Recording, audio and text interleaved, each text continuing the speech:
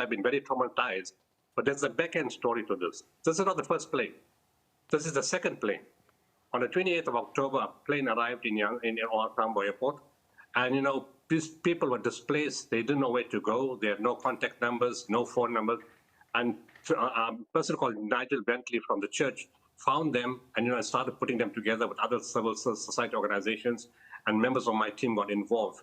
I'm not sure how they found them, where they were displaced. There were 176 of them, and then some of them went back to other countries. The family members of this first group then told us yesterday that their family members are coming on the second plane, and nobody knew about that plane. And it seems from their feedback, Israel is voluntarily removing people from Gaza. This is ethnic cleansing at its best, and taking away their goods, their hygiene packs, their food, sending them onto chartered planes, and government has to investigate how people are coming on chartered planes without stamps.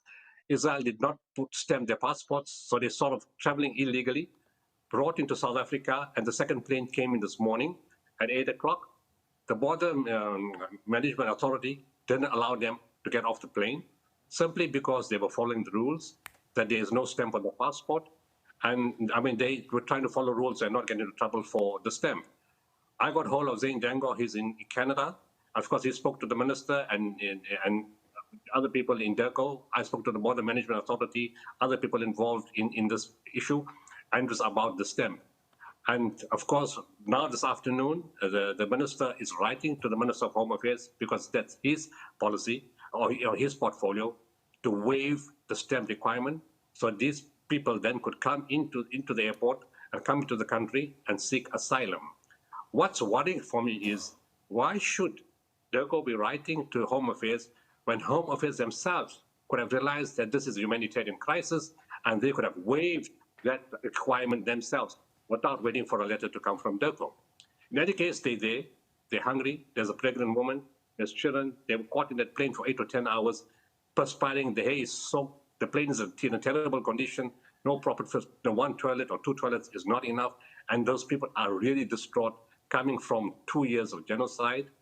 We've provided meals, and it's not only us. Civil society organizations are getting involved. A lot of people have already offered food, clothing, medical support. Our medical teams did see the first team that came a few days ago, and now they are ready to check the second team out. And also, people have offered houses, and lots of people want to get involved. So we're very grateful for South Africans. We're grateful for the government for making this happen, in keeping with our policy of taking Israel to the ICC and to ICJ, and of course, getting countries in Bogota to put sanctions against Israel. So we really appreciate the efforts of our government. It's just that the Border Management Authority had to follow the mandate, because these are civil servants. They can't do what they want. They have to follow the... Of course, we're playing you out with those visuals from inside a chartered flight that's at ORTambo International Airport, carrying Palestinian refugees. They arrived this morning at around about 8:30 this morning. Of course, devastating scenes we saw there early on when we were speaking to one of the passengers. In fact, one of the passengers is pregnant, we understand, and had to take medication. She is at a sensitive stage, as we were told a little bit earlier on by Nigel. Those boxes there, carrying food, arriving there just over an hour ago, I believe, from the Gift of the Givers. They managed to secure this agreement with the South African government, particularly DERCO. But the problem is, the reason that most of those passengers are still in the plane, most of them did not get exit stamps from Israel, we understand, as we were told. So that then further creates those complexities. But we do understand that Gift of the Givers is in communication with DERCO, as well as Home Affairs. That, of course, is information we'll continue to give you right here on the channel with other shows as they come to. But devastating scenes at ORTambo International Airport. Hey guys, welcome back to Everything Entertainment.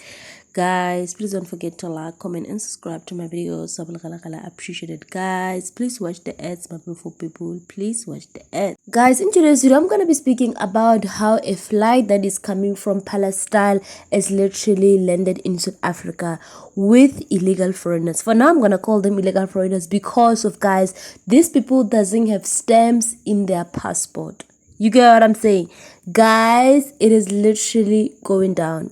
Now, guys, let me say this. I feel sorry for what is happening in Palestine. Like, more especially for women and children that are being unalived, that are being harmed with the situation that is happening in Palestine. I'm not being insensitive whatsoever.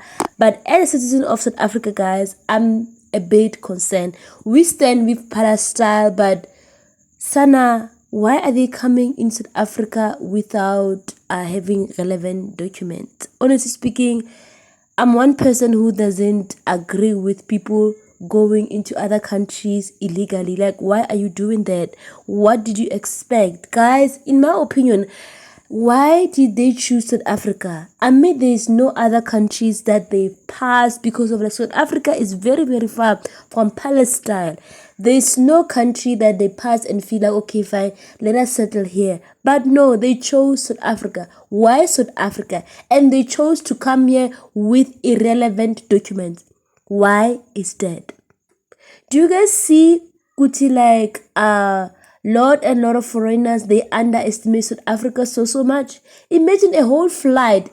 Apparently, this is the second flight coming from Palestine coming into South Africa. A whole flight, guys. A whole unknown flight carrying people inside that are not supposed to be in the country. That is diabolical. We are not safe in this country. Honestly, at all. We are not safe. Because of what the heck? What the heck? There's also a pregnant woman in a flight, guys. Guys, why are they risking their lives like that? Guys, listen to me and listen to me attentively. I know people are going to say, Kuti, like, why are you being so inhumane? These people, they're having a fight in their country. Guys, I understand that completely. But maybe it could have been nice if maybe like, I don't know, man, like, for the fact that like they're coming into South Africa illegally just get to me so much. It reminds me of the huge flags of illegal foreigners that we have in the country. It's like this country is a playground, you know. It's really a playground. How many countries did they pass before they can come to South Africa? Apparently, these people went to, what do you call this?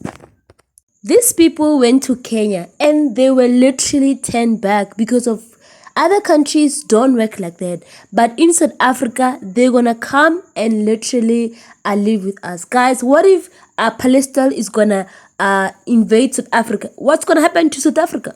What's gonna happen to us?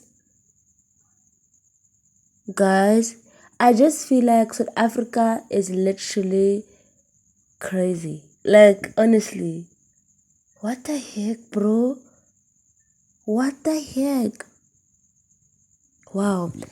Maybe if they were legal, like, I don't know if it was agreement, because you never trust everything that is happening in the country. You never know, Kuti, like, how did that flight are not being noticed, Kuti, like, this is literally an unknown flight.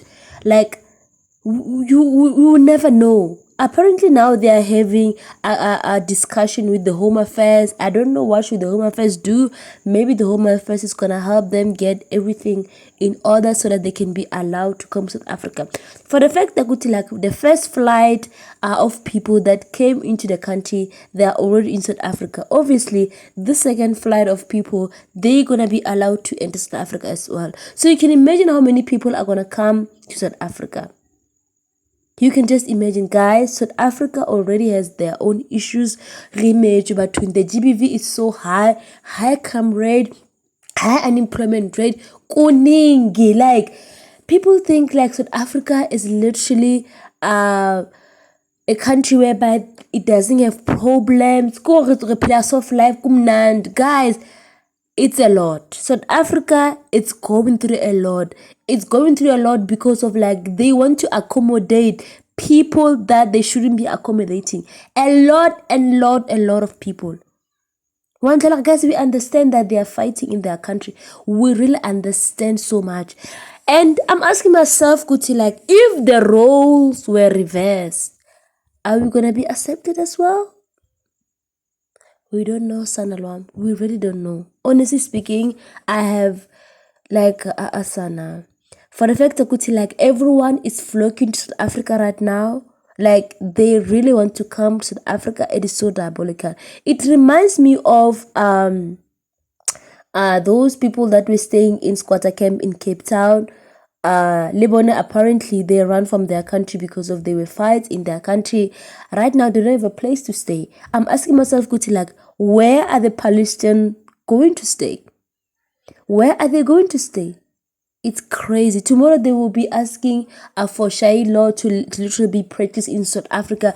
One thing about foreigners, guys, we can literally say, let's accommodate you guys, but they want to change South Africa. They want to feel more comfortable than the citizens of this country. That is so diabolical to me. It's crazy. Wow. Yo, Sana, I will update you guys, Kuti, like, was the people allowed to enter South Africa or what's going on because of, wow, Sana, in this country, anything is possible. But Sana, please comment down below what you guys think about this video. I love you guys so much. Don't forget to comment, like, and subscribe. I will see you guys on my next one. Bye, guys.